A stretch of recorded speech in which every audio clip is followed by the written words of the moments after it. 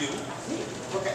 Our next game is called Blind Lines, and we have a bunch of suggestions that you folks submitted to us during the discussion, which I am going to sprinkle about the floor here, kind of randomly, and Mr. Dave and Mr. Marcus are going to do a scene where they will, sometimes when they need a little help finishing a line, they will bend down and pick up one of those lines. So what we are looking for with this is an occasion where people will gather together. What's something that brings people together besides the wonderful world? Family reunion. Family reunion. Bar mitzvah. Bar mitzvah. Bar mitzvah. Any others? Let's go with. We'll combine the two. It's a bar mitzvah with all the family there. Blind line. Rabbi, so glad you're here. It's good to be with you. I remember little Isaiah was born, and you did the circumcision, and now he's a man. One of my specialties, yes. Yeah, well, anyway, I'm just so glad you're here. We've got all kinds of family coming in from everywhere, New York. Speaking of which, I wonder when you are going to be ready for a petasaur. A petasaur. Or perhaps a pterosaur. A pterosaur. Yes. Yes, well, When are you going to be ready for a pterosaur? I think we're just going to stick with one boy and one girl. That's good. But you know, you've really got to meet my cousin Jimmy, who's in from New York City, because what he does for a living is he is a he's 1 1/2 wandering Jew.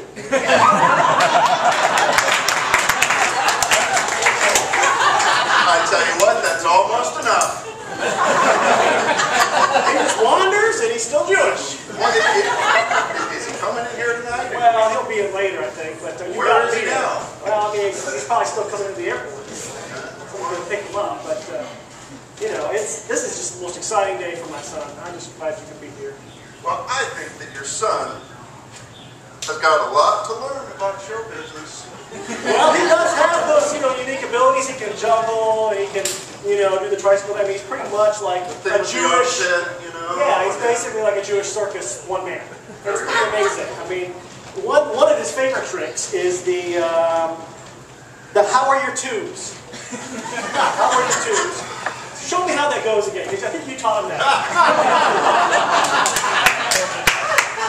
You know I'm getting a little tired of this stick.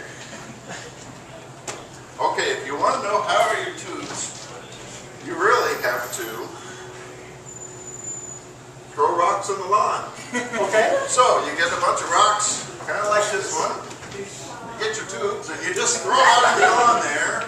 Wow. This one. That doesn't look like much of a trick. This one's going straight to the lawn right there. But I don't think that's much of a trick.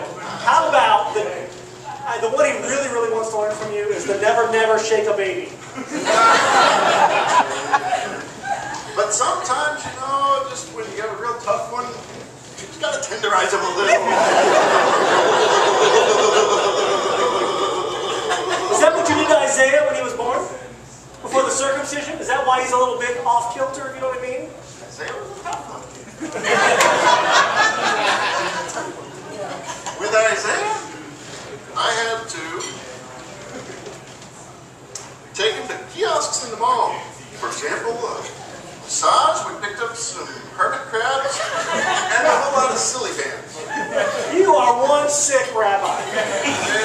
You are a rat-tat-tat. Hey, truth hurts. Truth hurts.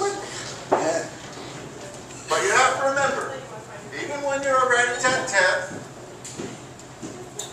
you should be a pimple pusher too. Yeah, so you did teach me rule number 76, play like a champion. Play like a champion. But you cannot be a champion until you have mastered it looked like a vagina.